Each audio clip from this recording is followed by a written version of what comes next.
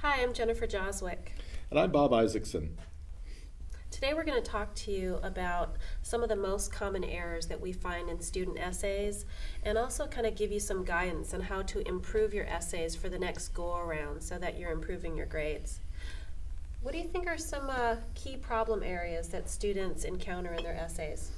Once I did research on the first batch of student essays in one of my classes, 70% of the errors were comma problems. Commas. Commas. And one of the most common problems with the comma was the comma splice. And the way I see the comma splice as being defined is when you write two different sentences and you connect them or separate them with a comma. Yeah. And it's just not enough. Typically, the way to correct that is to put a period in there instead of the comma, because you have two separate sentences. Or you might try a semicolon if the sentences are related. The two ideas are related. Or you could always add a conjunction, Mhm. one of the fanboys subordinating or coordinating. And, or, for, nor, so, yet, but. Did I get them all? I think so. Okay. Yeah. Another, what do you think is another common comma error? Right.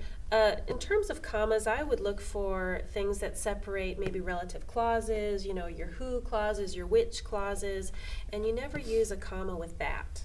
So you want to avoid those types of commas.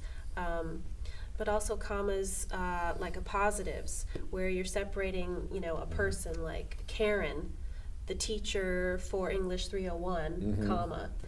Things like that you definitely need commas for too. And with commas, you can hyperpunctuate and create too many commas. Yes, you can. And also you can underpunctuate as well. So there's a balance there, isn't there? Right. I think the best way to find places for commas, and you mentioned several commas with appositives, commas with relative clauses, is to read your prose out loud and see where you pause. That's a good way. And wherever you pause and take a breath, you may need a comma. Mm-hmm. That would be one way of testing for students. Or you may need a period if it's really a sentence that's ending. And once you know where your sentences begin and end, once you're comfortable with your sentences, we'll talk about what aren't sentences a little bit later. Well, another type of sentence error then would be fragments. Because sometimes, no comma, no punctuation, it's just like a group of words with no subject or verb. And this is a big error. This is the error that you really want to avoid, are sentence fragments, because it shows it will really put your reader off, and your reader will get quickly confused. Basically, a sentence fragment is when you punctuate part of a sentence as if it were a whole sentence, right? Right. And typically, a sentence, the reason we write in fragments is because we speak in fragments. Ask me a question. Hey, where you been? Long poke. Yeah, long poke's not really a sentence, is it? No. At any rate, we speak in fragments all the time is what we're trying to demonstrate here. Many of the sentences we say every day are not sentences, but are parts of sentences. So we feel very comfortable in conversation. In written discourse, you really can't use fragments. Okay, so far we've talked about run-on sentences, comma splices, use of the comma, fragments. Can I say one more thing about fragments? Sure. What else? Because I think they're very easy to avoid.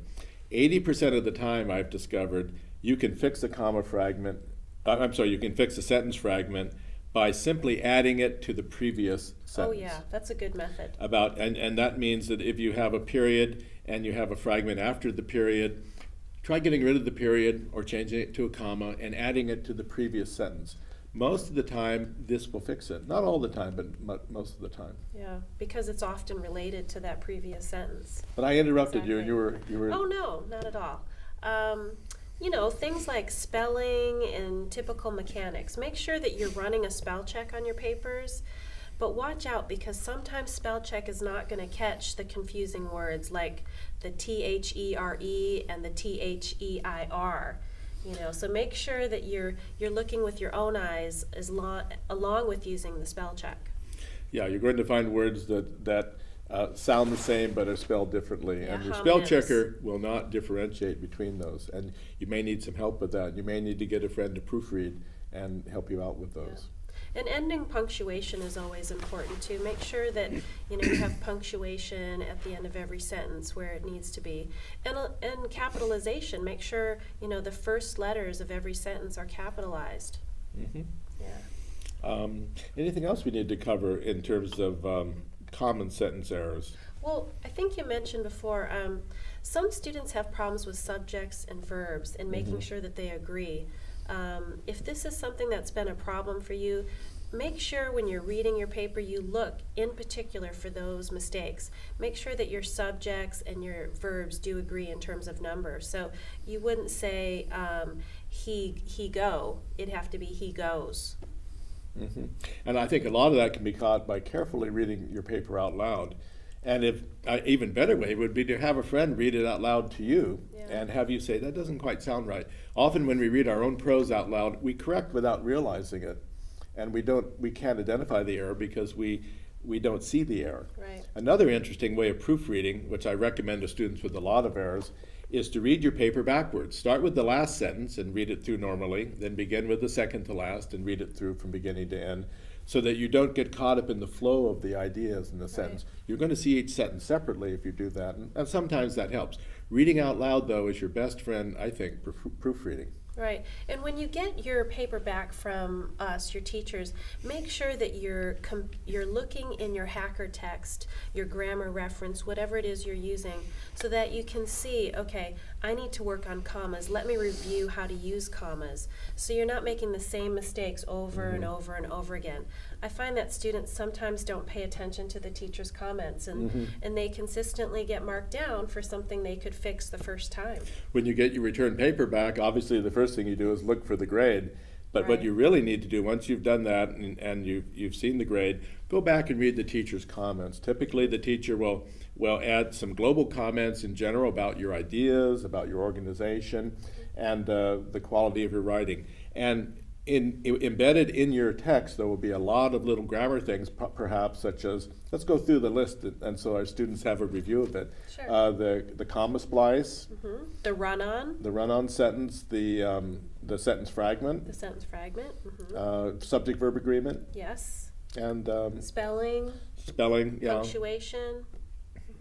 And I think be sure to read through the whole paper carefully once you get it back. And do your best to look those terms up in Hacker or in whatever grammar book you're using. And if you still don't understand it, get in touch with your teacher immediately. And the best way to work on grammar is, of course, before you hand your paper in. Go to the Writing Center, I was go gonna to say that. go to your teacher's office hour, and your Yeah. teacher will help you in any way he or she can to avoid those errors, perhaps before you hand the paper in next time. Yeah, I think we've given them some really great advice today, Bob. Okay. All right, thanks.